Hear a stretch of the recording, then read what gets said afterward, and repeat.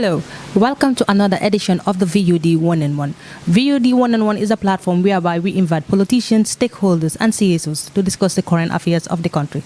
I am your host, Fat Baji, tasked with the social and corporate responsibility to inspire the younger generation. Today, my guest is no other but Mr. Bojang. Who is Mr. Lamin Bojang? Mr. Lamin Bojang, you are welcome to the show. Yeah, thank you very much, Fatu. I am grateful to have you people, and it is our delight, and you are welcome to our little abode. And we want to thank you, your viewers and listeners who follow this very important program. And then we are also happy to be associated with this program. And we hope that the issues that we are going to cover is going to benefit mainly the Gambians. And we thank each and every one of you. We start by saying, Assalamu alaikum wa rahmatullahi ta'ala wa barakatuh. Thank you so much, Mr. Bojang. Mr. Bojang, let's start by you introducing yourself, because for the benefit of some of who don't know you. Yeah, thank you very much, Fatu. My name is Lamin Bojang. Recently, if you should come to Bruford and ask who is Lamin Bojang, maybe it will be difficult for you to trace me. But commonly, it will be easier for you to trace me by Lamin Satu Bojang or General Bojang. I hail from Bruford. This is our family home. This is where I come from, Bruford. I attended Bruford Primary School, St. Peter's High School, Gambia College School of Nursing and Midwifery. I am an RN, but a runaway one. And also I did midwifery. I'm also a midwife, but a runaway one. And I also joined the military. I rose through the ranks. I was the first best recruit of the Second Republic. Our intake is intake 17, and also I was also the head of the medical unit at the time in the military. And along the line, I changed my corps from medical to infantry. I had a desire at one point to become a doctor, and that ambition grew in me for a very long time. And for one reason or the other, I could not, without any regrets at all. So whilst I joined the military, I was also fortunate to be able to, I performed my duties diligently, and I was commander of almost all the military barracks here, and I've also held staff officer duties. I was the commander at the State Guard, also doubling as the Republican National Guard commander, which was the first time that such appointment was given. I was also retired as the Army commander. I was the Army commander, and then redeployed into the foreign mission. I started it in Saudi Arabia. I was there for about 7 years. During that period, I was one time the deputy head of mission for about a few months, and then later rose to the rank of a consul general responsible for Hajj, but also other matters. When the change of government took place, I was recalled. When I returned after some time, I was redeployed to Russia, Federation of Russia. That was where I was, and I developed the passion of going into politics. And I retired there, and then went into politics. And here I am. We established our own political party, and we call it Alliance for National Reorientation and Development, ANRD, or in fuller you call it AN, that is you. And it is a very enjoyable journey, although a lot of hurdles along the way. But that is also expected, that it is not going to be that easy and smooth. But we are cruising gradually. Thank you very much. Thank you so much, Mr. Lamin Bojang, for that introduction. Mr. Bojang, let's start by saying you once made an interview with the Chronicles, and you made mention that we should not. You discredited the CRC, the Jani Commission, and the TRRC, because you made mention that those are the people who deceived us. Why did you make that statement? Thank you very much. You see, people, for the past 22 years, Gambians have experienced a kind of a governance that was marred with a lot of things. One, there were a lot of dismays. There were a lot of issues that were committed were against Gambians' desires. But equally, there were a lot of genes that were registered. So when the change of government happened, and the time of the former regime, it was also characterized by polarization, political oppression, dismissals and disappearance without due process of the law. And if that is true, and if we had changed the government and then we are going into open a new page where we all yearn Gambia to be developed, should be the desire that whosoever is going to come to succeed, to lead that particular ambition, must be somebody who is focused, must be somebody who is intelligent, must be somebody who is robust in everything that he does. But unfortunately for us, immediately after that particular change of government, what happened was that people were in a rush to talk about things. People were in a rush to do things, even though it was haphazardly done or unprofessionally done. So that is why some of us, when I saw the Janet Commission being commissioned, I felt that that was premature. It was premature in the sense that we could have been taken more seriously if we had properly assessed the financial mismanagement and damages that were done by the former government, but through an independent neutral firm. An independent neutral firm, I mean auditing firms all over. So that was not done. So at some point, even when they came out with reports, the reports were not merited as expected, because it was also, conflicted with witch hunt.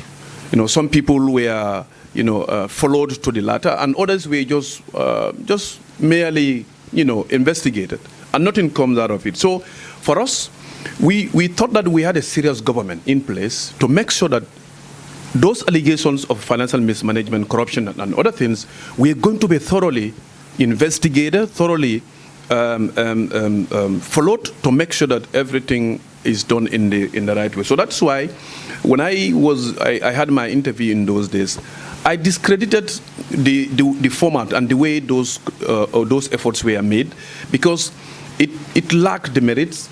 It also lacked that professionalism, and because of that, it wasn't taken seriously. Even the people who were supposed to implement it, we've seen at the end of at the end of the report, what did they do? They produced a white paper, they call it, and that white paper exonerated some people. It exempted some people completely, and meanwhile, they were also an accomplice, or they were also accomplices to those crimes. So that is why we felt that there was the way it was conducted was wrong. Secondly, the TRRC, the CRC, they came at the wrong time. The CRC, for instance, the Constitutional Review Commission. We were told, as the name implies, they were told to review the Constitution, and if need be, where we feel there are conflict, or where we felt that there are issues that do not direct the development agenda or desire of Gambian people, who remove them and replace them with. They went and brought us a constitution that is completely new, completely foreign. You don't see Gambia in it, you don't see Gambia's intention in it, you don't see the government intention. It is all completely new. And that is why it was thrown away by the same people who commissioned those commissions too. So the third one is about the TRRC. What we felt was that if you talk to somebody today, he will tell you that the 22 years of Yahya Jammeh was polarized by, mainly they will tell you polarized. If we are polarized and then we succeeded that particular regime, one thing that we should be doing is to make sure that we bring people together. We miss that unifier as a leader, and as a result, we find it very difficult. The TRRC was a witch hunt, a group of people who sat down to witch hunt, or to scratch old wounds, or to create a kind of an atmosphere in the Gambia where Gambians will hate Gambians. History has recorded that events that had passed, are not only to be referenced because they just happen. History is supposed to guide us. History is supposed to protect us so that we do not repeat what has passed. In our case here in the Gambia, what I have seen, and that is what is stagnating also our development, is that we do not want to let go. We want to click to the past. We want to glue to the past. For the past 5 years, we still continue to castigate the former regime. And in our view, we believe that the TRRC should have come with that reconciliatory, tone. And because it did not come with that, we felt that they have betrayed the people. And what happened right now is that Gambians are angry against another Gambian, simply because now we know that Lamin and others have done this type of crime against other people. Meanwhile, they are there in the street walking. So what is the essence? It could have been done better. That is to say that we use our tradition, we use our religion, we use the values that we know as Gambians how we resolve issues. So that is why I discredited, those commissions. And I think I've been vindicated because we have seen what is happening today. Before the report of the TRRC is out, the person that people think that is the lead counsel, just all of a sudden quit. And then now the government that asked him to do a particular job, he's now criticizing that particular government. So we paid you money to be doing a job for us. And then the job is not only to start it, but we have to also finish it. And it was our money that we paid you to do that job. Meanwhile, you betray us along the line. You did not do the job that is supposed. So that's why I stand by my statement that those commissions they did not help the Gambians at all. Mr. Bojang, when you mentioned, during your statement, you mentioned betrayed Gambians by the lead counsel. So what do you signify as betrayal? You see, leaders are assessed. And leadership is not all about being in front or being referred to as he is the leader. There are qualities that leaders possess. There are traits that leaders possess. And one of the typical things is that if you're given a job, we do not want a leader. Today, people are castigating or caricaturing Barrow that, he has laid at 1,001 foundation stones, and we have not seen, the completion of those foundations. That is a bad, way for people to associate you with. So, like, we have given this TRRC job to do. Even though, like I said, the TRRC shouldn't have happened in the first place at all, because we have dropped our values, we have dropped the way we do our things here in terms of conflict resolutions, and we embrace others that did not help us at all. So what happened is that the betrayal is that we have given you a job. You have started a job. Even if I said no, but there are other people who are following it. Now, along the line, before the report is even submitted to the people who assign you to do that job, you just quit it. That is not what we want as Gambians. We want serious leaders. We want leaders that are going to lead us to victory, to glory. And for us to do that, we have to make sure that we select leaders that know really what they're doing. And what has been exhibited by the TRRC, the members of the TRRC, especially the lead counsel, is that he betrayed us because he did not complete the job that we assigned him. Before they even submitted the report, some of them they vacated the camp, which was not something that we will expect, and that is not something that Gambians will expect that our leaders will do. Yes, you will start the job, but you have to make sure that you finish it. That is very important. If you don't do that, it means there is something wrong with you. Mr. Bojang, I want you to analyze this for me. Right. As you know that the NPP and the APRC are being formed in an alliance. Right. And you know that is the same government which the report is supposed to be submitted. Right. Do you think that report will be viewed or flushed to the toilet? Like you put it, I guess this is a combination that will tie the hands of the current executive, like both the Jane Commission, the CRC, and then the TRRC. These are commissions set to assess, but also to investigate APRC and the former government. Now, along the line, yes, reconciliation is important, but reconciliation has to start from the top.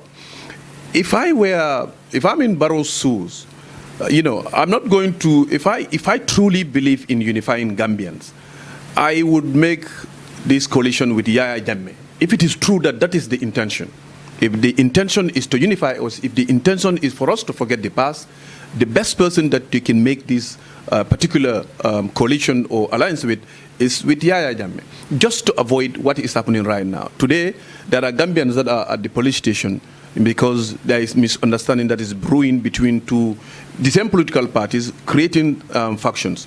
So what is happening is that it has compromised. We have paid these commissions huge amount of money, lot of money, and now that all that resources has been drained into garbage, or they've all been, washed into garbage. So what I felt about this particular arrangement is that it is untimely, it has compromised the position of the government, and I do not want to hear that it is done because they want to reconcile. That is not fact. That's not true. That's not real. That is not the aim. The aim is for the incumbent to consolidate his position in power, and inshallah, that will fail.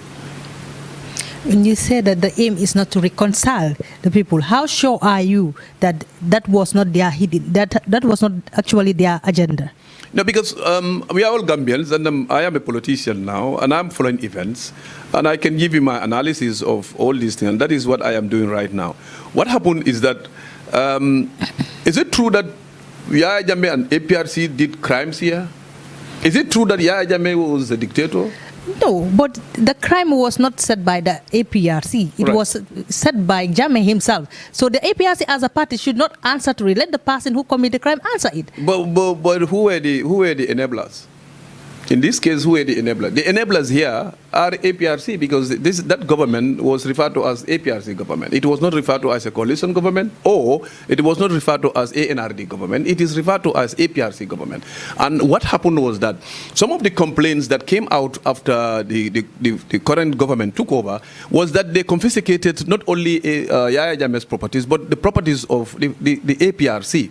So there is no way that you can disentangle APRC and Yahya Jammeh. There is no way that you can blame APRC without blaming Yahya. You cannot. There is no way that you can blame Yahya without blaming the APRC. So if that is true, and what you are saying is that, I guess that is your belief and that is your notion, but the popular opinion out there is that it is the APRC that should answer to most of the questions, because they were the enablers and they were the perpetrators. This man was there at the top there. So yes, the arrangement, like I said, if it was truly made to unify us, it could have been done in a different way that would have been inclusive, and that is what ANRD is talking about. We want an approach to Yahya Jammeh and APRC's issue that will be inclusive. We do not want any step in the Gambia that will segregate Gambia, that will further polarize us. And what these two people have done, APRC and NPP, is further polarizing Gambia, and that is why today there is conflict among them. That is unfortunate. We don't have to entertain those kind of situations in the Gambia at the moment. Okay, recently, like today, we had this conflict about the No to Alliance, and we have the PIU officer interfering and distracting their press conference. What do you have to say about that as a political leader? In the strongest terms, I condemn any form of violence between or amongst members of APRC or any group, referred to as a political group or any interest group associated with politics in the Gambia. Our position, the reason why we joined into politics is because we felt that the politics in the Gambia is dirty, and therefore there are people in the Gambia who will not entertain that, and some of us felt that there is need for us to bring sanity into our political arena, and hence we resign our positions to join politics, and we took a position, or we are taking a position of zero tolerance as far as violence are concerned. And if there are issues, let the law enforcement agencies know when to where to intervene. This is misunderstanding between one political party having different factions. This is all about politics, and let us not aggravate the problem by arrest and court cases and stuff like that. We can resolve these issues amicably. Gambians have a way to resolve our problem, but if we deviate from those paths, if you deviate from those steps, we are going to adopt ones that are not going to help us, and that is what is happening. So in the strongest terms, we condemn any form of violence. I would have loved to be used to mediate amongst them, or between them. I would have also craved the indulgence of both leaders, both groups, to make sure that they let them see Gambia and Gambian people. These are all Gambians. There is no need for us to fight over these issues. Wallahi, it is Allah that is going to select the leader, and Allah has done that. And we pray that that leader is selected from the ANRD's camp, because we cannot continue to fight.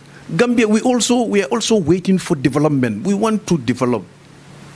We want to move forward, and that is what the type of leadership that we want. But the arrangement between APRC and NPP falls short of the merits. It should not have been done that way if it is truly done on unifying Gambians. That is our position. You talked about development. If you are unfortunate to be voted as president, what do you have to do, like assisting your office in setting the roads? As you know, we have the health sector, we have bad roads, and things are being stocked at one place, electricity breakdown and others. Thank you very much. I think this is why we avail ourselves for interviews, because we have agenda, we have a manifesto, and not only do we have a manifesto, but we have a message that we want to put across to the Gambian people. On point of correction, it should not be unfortunately.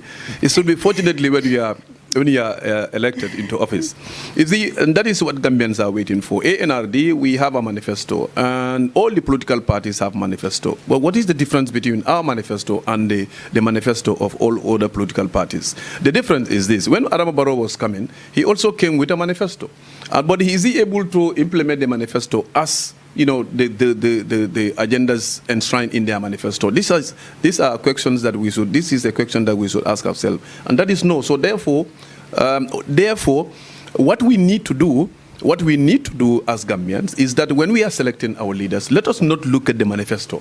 Let us look at the person who is going to implement the manifesto. Has he the pedigree? Has he the leadership qualities? Has he the traits? Is he somebody who is honest? Has he even been anywhere in the Gambia? Does he even know the Gambia? Has he worked in our institutions? Does he even know how these institutions work? So these are important, and if we're able to put these answers together, then we'll be able to select a leader that is going to move this country forward. And that is why ANRD, if you look at our manifesto, it is very rich like any other manifesto. But what we try to do is we look at the Gambia and we said, look, if we're going to be the government tomorrow, what are those areas that we think if we are able to develop them, the whole Gambia will be developed? So we selected 5.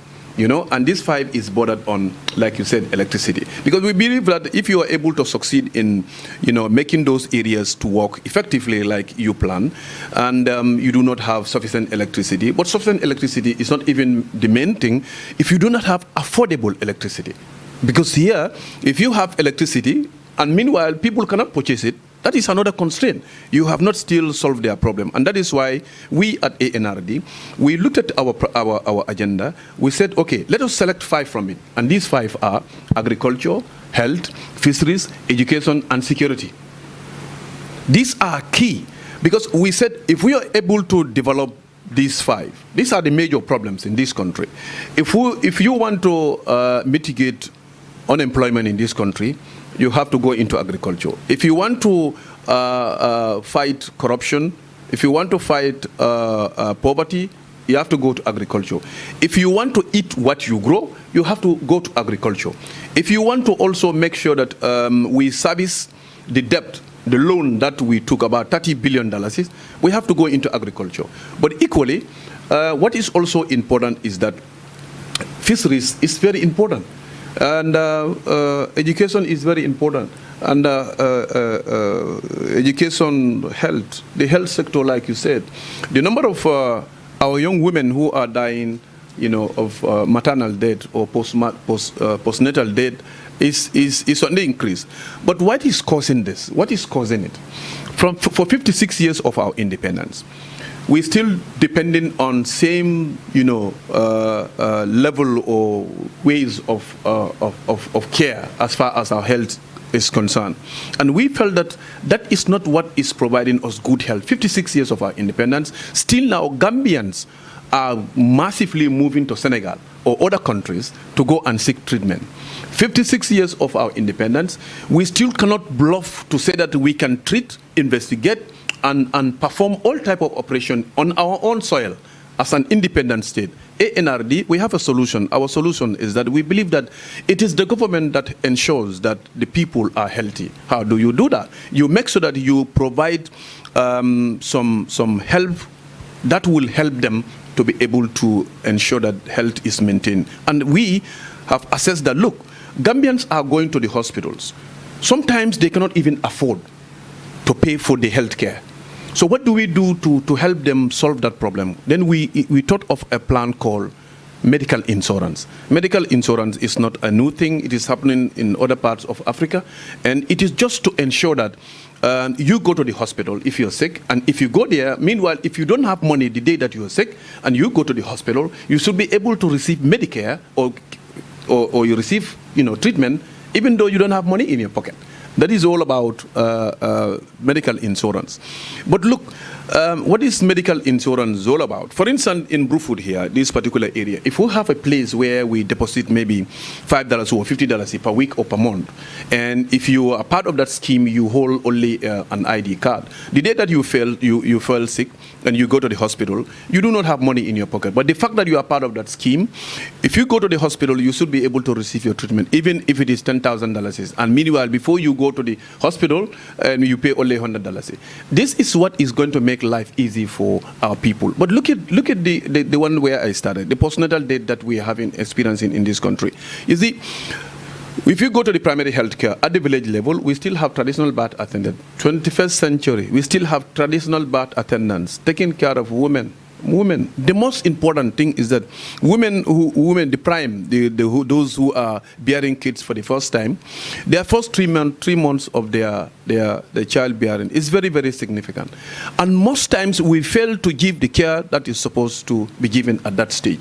So by the time they are at the hospital, we are managing. It is only in the Gambia that you go to the antenatal wards or the delivery wards, and then you find out that no preparation is there for the patient. You only wait to prepare when somebody is in a critical condition. We cannot cooperate like that as a country. We have to make sure that we have a health system that we can depend on, that other people can even come here and receive, like they said, medical tourism. It is happening in other parts of the world. So we are saying that these 5, it's what is going to help Gambia to be on a development path. Hence our name, Alliance for National Reorientation and Development. Because there is only, when we come together, and then we reorientate the focus and then the attention and the development agenda of this country, that we can move forward. So we believe that if you look at the fisheries industry, it's very sad. It's very, very sad. That particular sector is being mortgaged to the outsider. If you go to the Atlantic Ocean, just about 30 nautical miles, what you're going to come across, it will be over 60 vessels, some of them illegally, fishing in our waters. This is very sad. Mr. Bojang, we'll come to that shortly. Thank you very much. Let's take our first commercial break and then come back.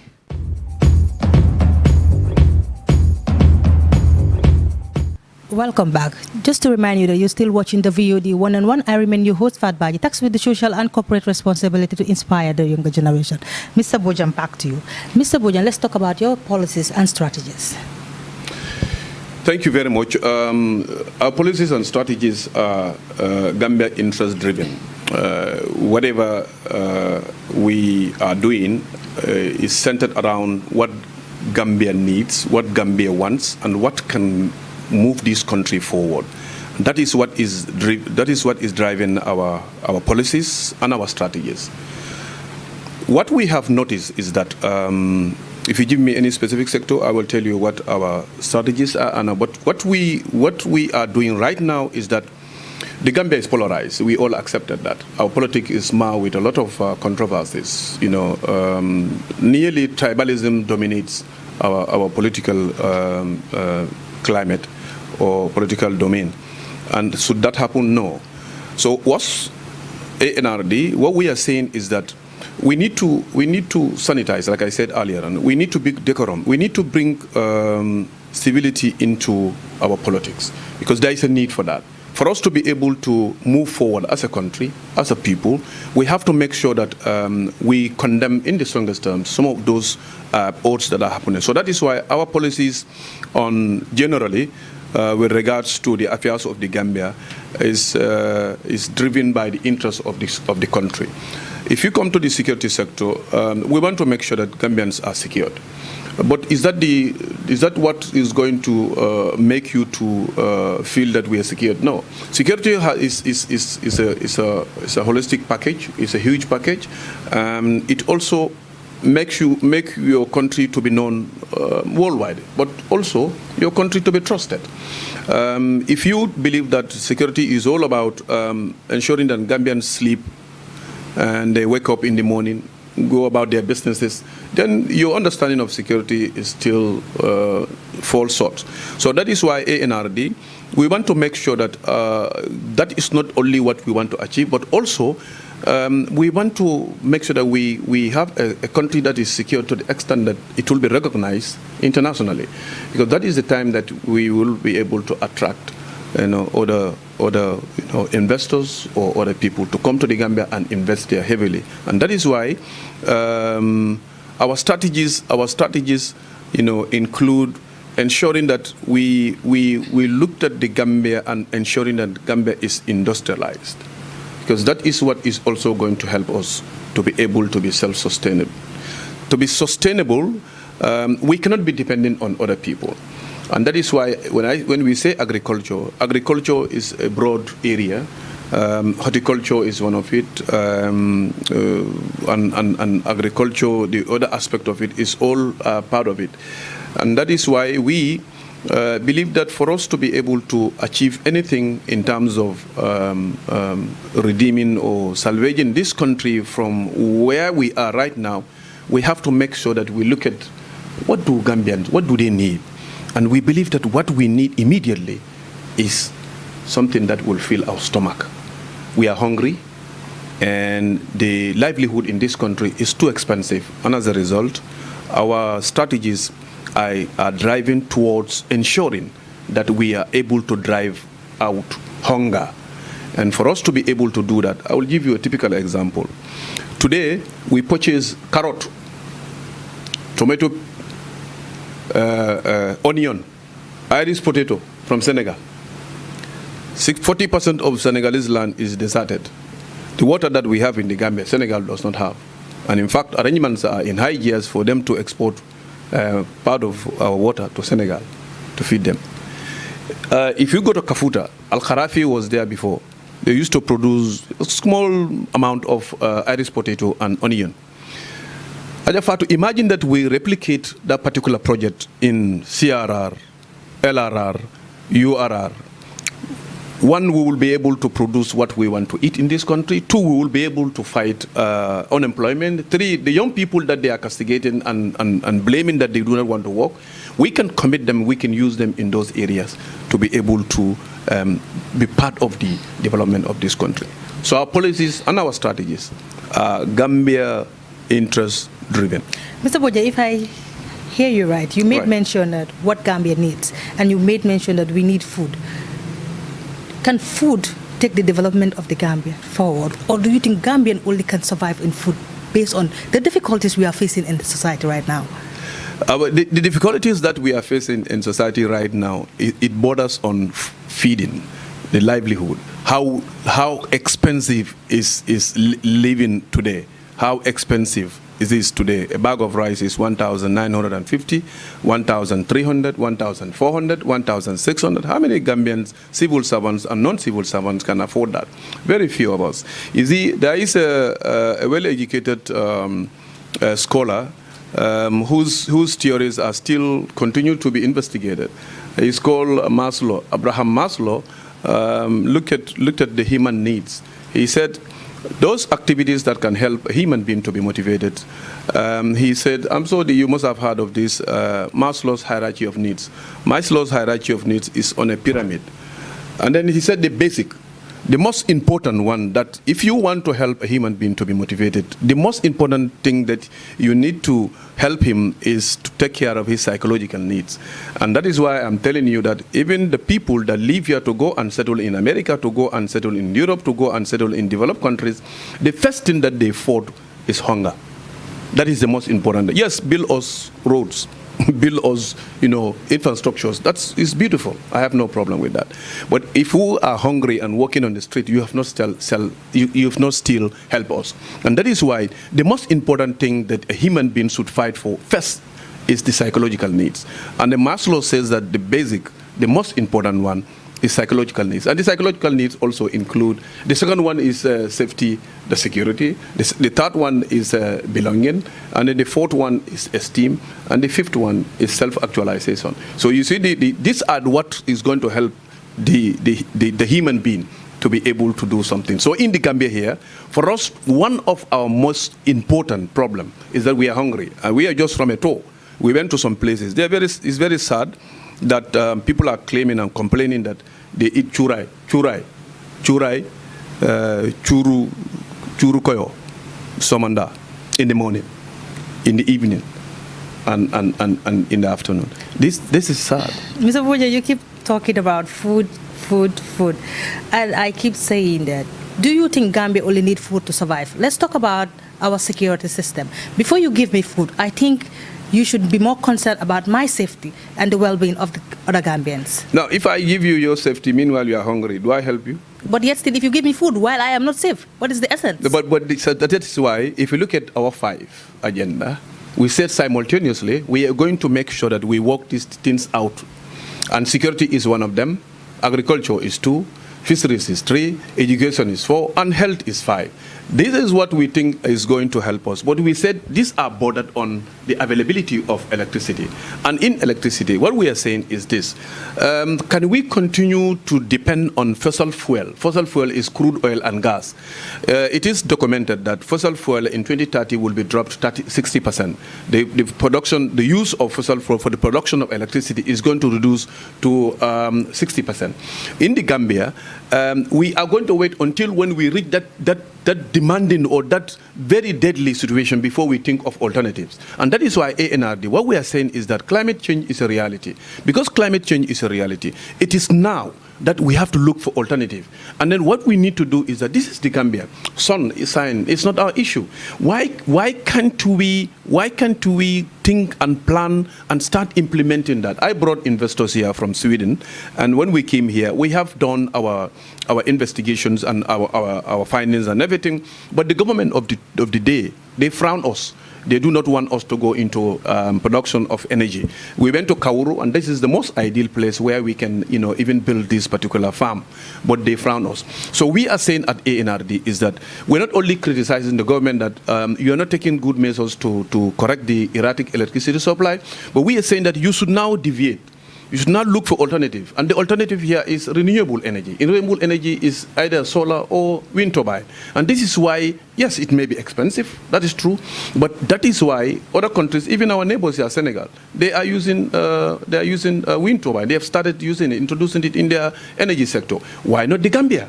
Why are we going to wait until when we are strangulated? Yes, the OMVG project line is coming, yes, but are we going to continue depending on that? Is that going to satisfy our needs? That is not going to meet the capacity that we need. So that is why, yes, it's not all about food. And that is why ANRD, we selected the 5.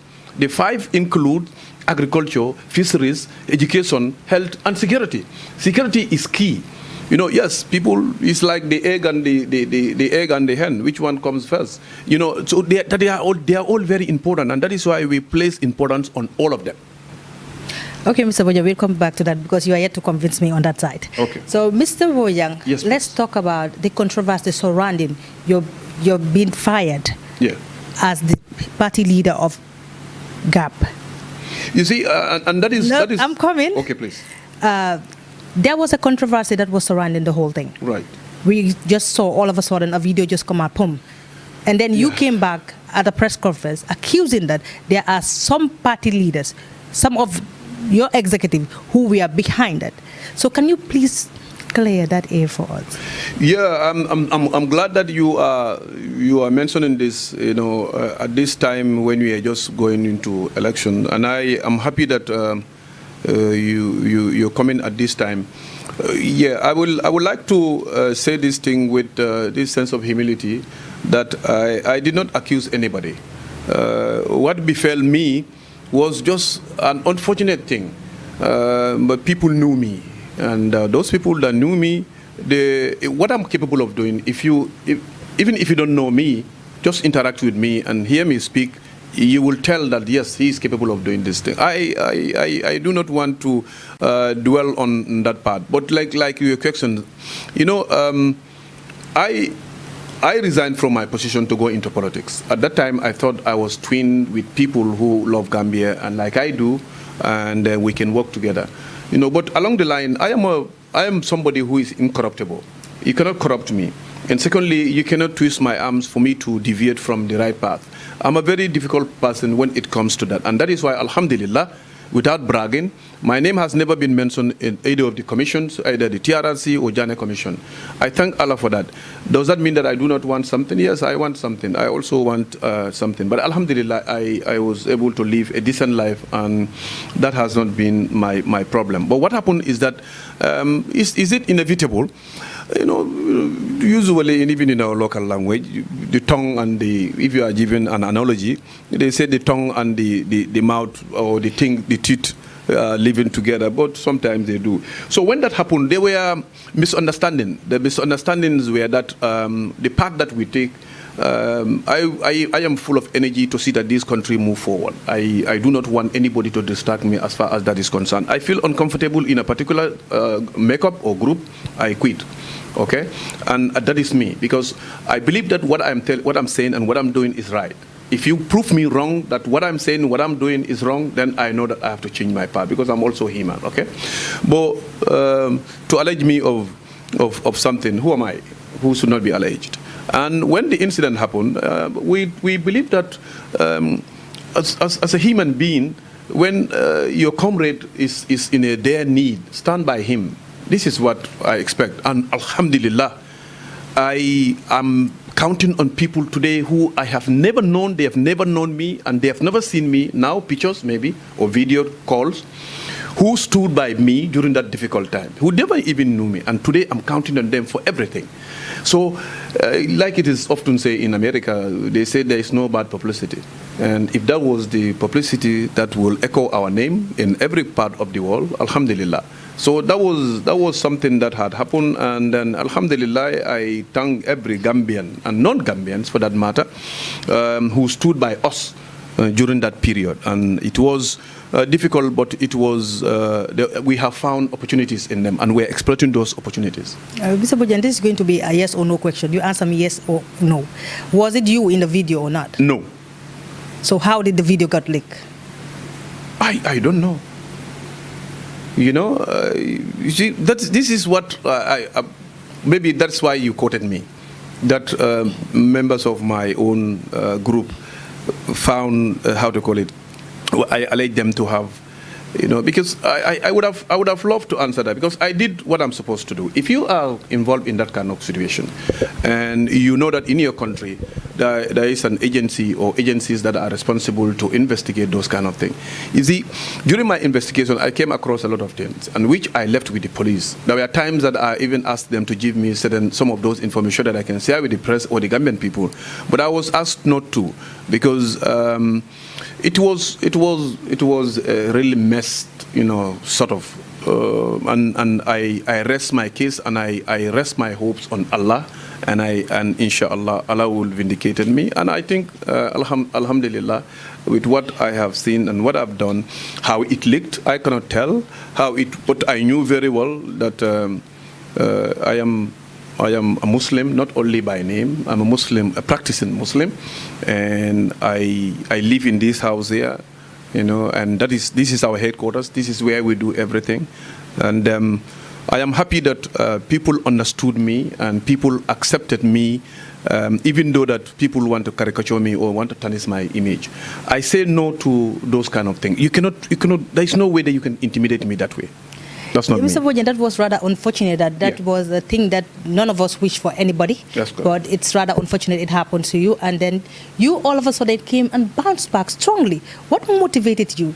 Yeah, because the thing is that I'm talking to Gambian people, and Gambian people understood. And Alhamdulillah, this is what I have also seen when I went on a tour. You see, if you want to underrate Gambians in politics, then you don't know, you better leave politics in itself. Because people understood. On the whole, it is not about Barrow did this thing, Barrow did not do this thing, Barrow is like, no. What they want to hear is how you going to move this country forward. And that does not confine only in West Coast, in Banjul, or in KMC. It's from Koina to Kartong, from Kartong to Koina. Wherever today, an old man stopped me and said, he just touched me like this. Are you Bojang? Yes, I said, yeah, I'm Bojang. Continue talking. You really impressed me and my family. Make sure that you have my number. You see, if I have been insulting, if I have been, caricaturing people or provoking other people, that man wouldn't have any business. He left all what he was doing to come and just talk to me. So the way we bounced back was because our involvement in politics scared a lot of people. This is the first time a Brufutian, a Kombonka, indigenous of Kombo, and somebody from West Coast, from this particular king-making or president-making area, enter into politics in this capacity. Don't forget, in this capacity. And that scared them. So the only way that they can do is to smear me with, just to tarnish my character. But Allah is the one that I counted on. Allah is the one that we counted on. And that is why, alhamdulillah, we bounce back in the way that we bounce back. And underrate us. Mr. Bojang, don't quote me wrong. I heard that it's not from me. It's from the society. I gathered it from there and came and asked you that question because it's a personal question I really want to clarify with you. You have three candidates that are from Brufut. You have the likes of Setian Hajara, who is also a brother to you. And it was said that Setian was the first person to declare his interest of being a president. And you were supposed to support him as a brother, but yet still you turned your back on him and went and made mention that you want to be a president as well. What? Yeah, I like this question. This is a very nice one. And alhamdulillah, there are a lot that are in this particular question. But yes, it did not go that way. You see, I said this thing in my interview. Politics is not about going to, develop Bojang Kunda or my own compound. It is about the Gambia. It is not about Brufut. It is about the Gambia. And Sehma is my brother. I have high regards for him. Not only my brother, but he's my in-law too. So I have high regards for him. His political agenda, his political ambition, yes, it has been there for a very long time.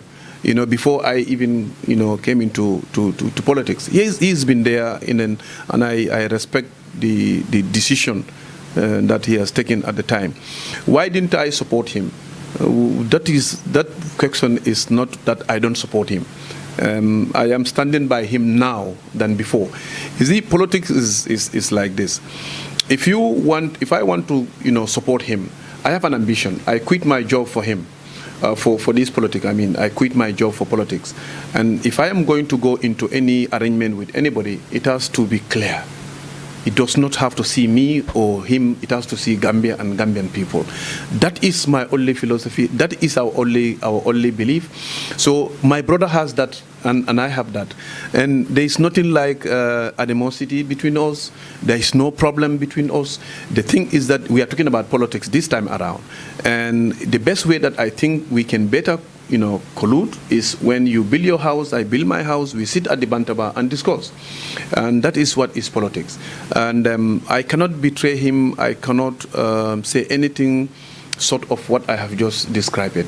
But these are two people from, this is Brufut, we are all interrelated. And we are related to, biologically, we are related somehow. So that to say that I registered my own political party without not supporting him. I think that is misconstrued of the fact. The fact is that I I am standing by him, and we are standing by, because these are the same people. Mr. Bojang, thank you for that clarification. I will come back to you and ask you the same question that one of our viewers asked me to ask you, okay. Which is, Mr. Bojang, you were head of mission.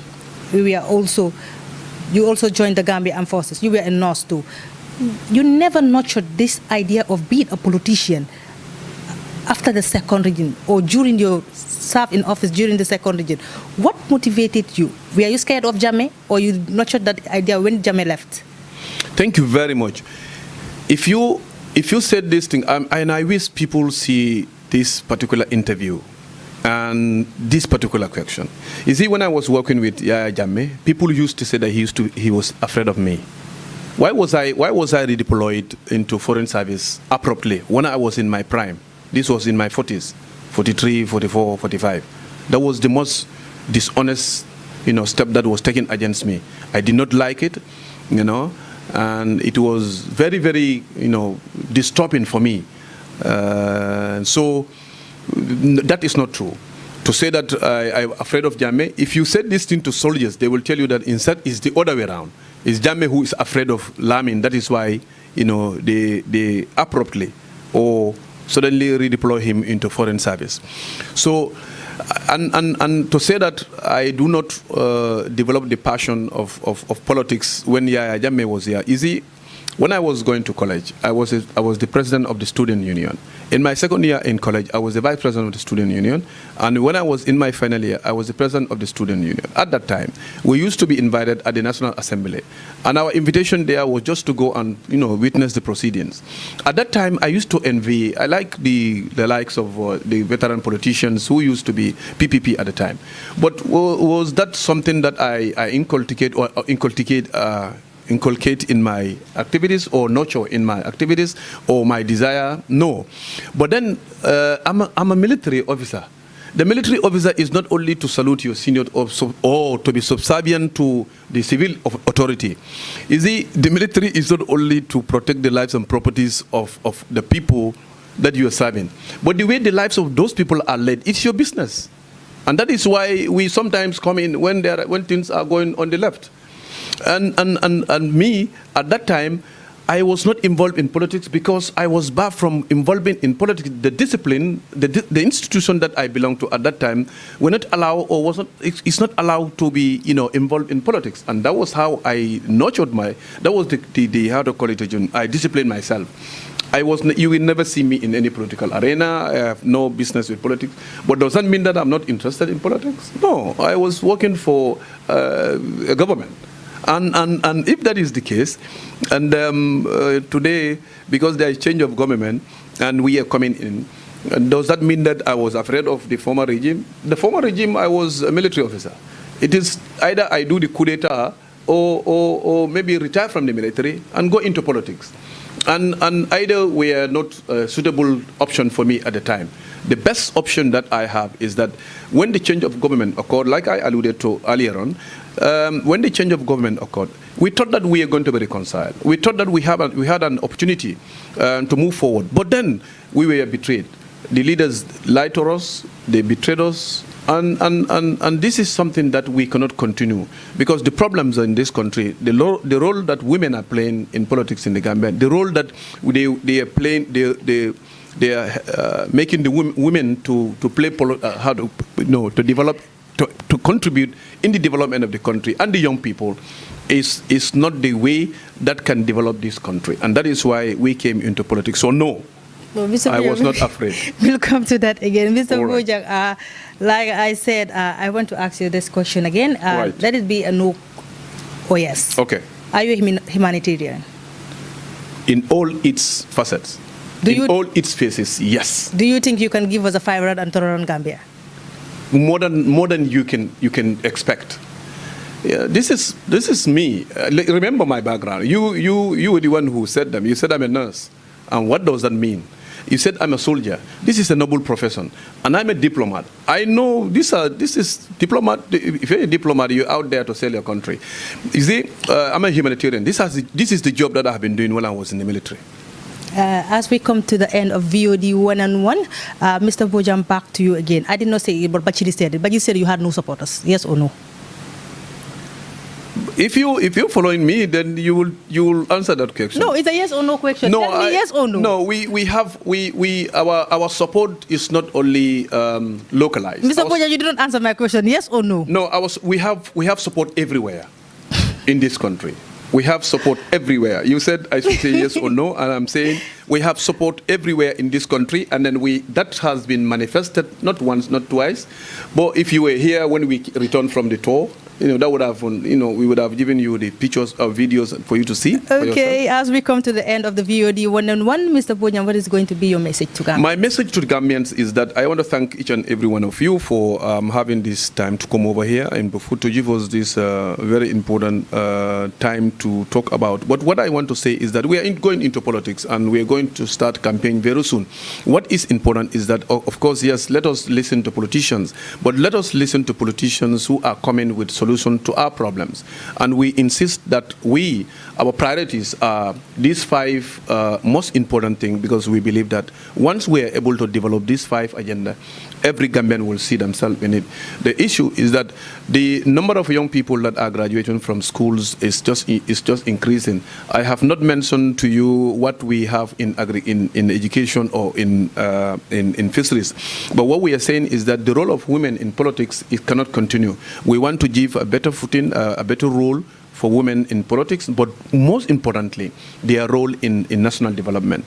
The young people, most times you hear that young people do not want to work. Where is the work that is being given to them? 5 years down the line, the young people still now are being neglected as far as that is concerned. We have the solution to those problems. So we want to let everybody understand, especially the undecided voters, the people who are still sitting on the fence, that let them follow ANRD.